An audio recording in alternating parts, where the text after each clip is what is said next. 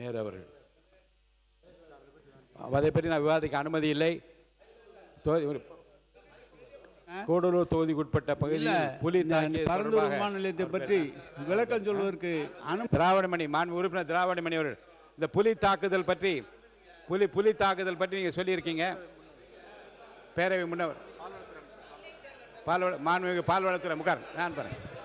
மாண்புமிகு பேரவைத் தலைவர் அவர்களே, மாண்புமிகு உறுப்பினர் மாண்புமிகு பால்வளத்துறை திமுக சட்டமன்ற உறுப்பினர் நேற்று பொதுவெளியில் மக்களால் தேர்ந்தெடுக்கப்பட்ட மக்கள் பிரதிநிதி மாண்புமிகு முதலமைச்சர் அவர்களை மரியாதையின்றி பேசியதற்கு தொழில்துறை அமைச்சர் அவர்களையும் பெண் என்று பாராமல் மரியாதை இல்லாமல் பேசியதற்கும் கண்டனத்துக்குரியது. இருங்க இல்ல அவங்க வந்து இல்ல உங்களில் ஒருவர் பேசியதை பற்றி அவங்க பேசுறாங்க. என்ன கொஞ்சம் செவிமடுத்து கேளுங்க. உங்களில் ஒருவர் பேசியதை பற்றி மாண்புமிகு பால்வளத்துறை அமைச்சர் விளக்கமாக என்னன்னு கொஞ்சம் கேட்டுட்டு அப்புறம் போங்களேன். உட்காருங்க, பேசுங்க. அவை முன்ன உட்காருங்க. என்னன்னு பாருங்க. என்னன்னு இன்னும் கேட்கலையே. அவங்க என்ன சொல்ல இல்லைங்க, அவங்க என்ன சொல்ல வராங்கன்னு கேளுங்க. இருங்க நீங்க உட்காருங்க. அவங்க என்ன பேச வராங்கன்னு கேளுங்க. அவங்க பேசவே இல்லை இன்னும். அவங்கள பேச விடுங்க. மாண்புமிகு பால்வளத்துறை மாண்புமிகு அவை முன்னவர் மாண்புமிகு பேரவைத் தலைவர் அவர்களே, பால்வளத்துறை அமைச்சர் அதற்கான இன்னும் விளக்கங்களை முடிப்பதற்குள்ளே நீங்கள் இழந்து விட்டீர்கள். ஆகிய அருள் கூர்ந்து அவருடைய கருத்துக்களை கேட்டதற்கு பிறகு உங்கள் கருத்துக்களை ஒருவர் எழுந்து சொல்லலாம். ஏன்னா எத்தனை பேர் ஒட்டுக்க இருந்துச்சிங்கன்னா எப்படி நடைமுறையில் இல்லாது எல்லாரும் அதான் சொன்னாங்க. யாரோ ஒருத்தர் நீங்கள் சொல்லலாம். பால்வளத்துறை அமைச்சர் மாண்புமிகு பேரவைத் தலைவர் அவர்களே, திமுக சட்டமன்ற உறுப்பினர் நேற்று பொது இடத்தில் பொதுக்கூட்டத்தில் மாண்புமிகு முதலமைச்சர் அவர்களை மரியாதையின்றியும் அமைச்சர் அவர்களை மரியாதை என்றும் தரக்குறைவாக பேசியிருக்காரு. இது பெரிய கண்டனத்துக்குரியது. இது அவர்கள் தோல்மையால் ஆற்றாமையால் மீண்டும் மீண்டும் இதனை உறுதிப்படுத்திக் கொண்டு இருக்கிறார்கள். நான் சொல்றேன். மாண்புமிகு நீர்வளத்துறை அமைச்சர் இருங்க. நீர்வளத்துறை அமைச்சர் கூட காலையில் அலுவலகத்துக்கு நீர்வளத்துறை அமைச்சர் கூட காலையில் அலுவலகத்துக்கு வெளியிலே பேசியிருந்தாலும் நம்முடைய முதலமைச்சரை பற்றியோ உறுப்பினரை பற்றியோ மாண்பு குறைவாக பேசுகின்றால் இது வருத்தமாக இருக்கிறது. இதெல்லாம் உரிமை பெறல் பிரச்சனைகள் வருமா என்று கேட்டார். நான் ஆய்வு செய்கிறேன் என்று சொல்லியிருக்கிறேன். அதுதான் மாண்புமிகு பால்வளத்துறை அமைச்சர் அவர்களுக்கு சொல்கிறேன்.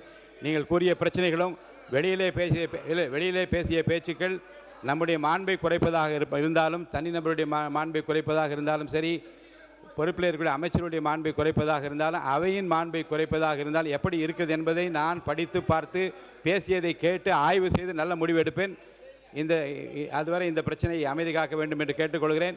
மாண்புமிகு உறுப்பினர் கே நேரு அவர்கள் உட்காருங்க. எல்லாம் உட்காருங்க. மாண்பு பேரவைத் தலைவர்களே, முதலமைச்சர் அவை முன்னவர்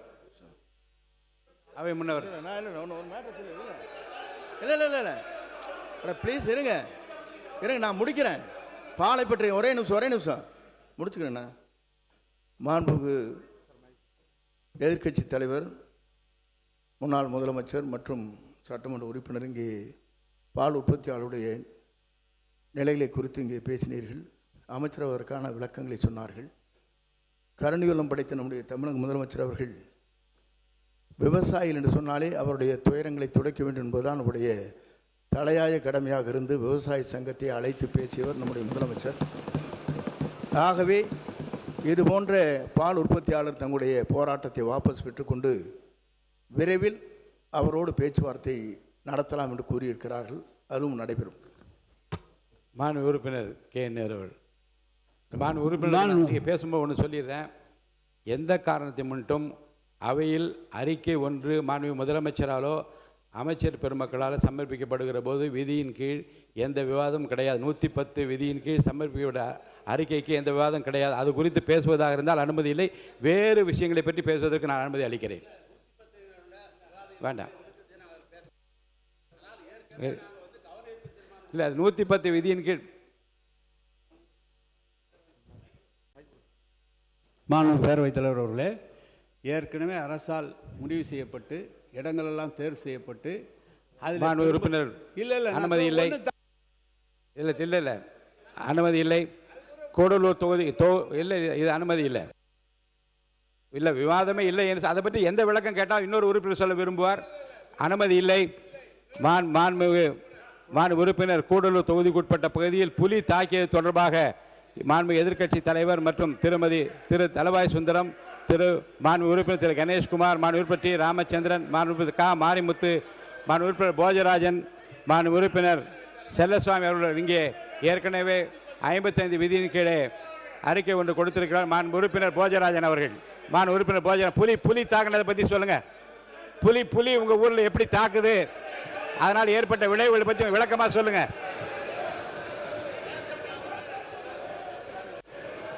மாண்புமிகு பேரவைத் தலைவர் அவர்களே, இல்ல கொஞ்சம் இருங்க. புலி பயங்கரமா தாக்கி இருக்கு, மக்களுக்கு ஆபத்து ஏற்பட்டு இருக்கு, அதை பத்தி அவர் பேசுறாரு. மாண்பு உறுப்பினர் போஜராஜன், கடந்த வாரம்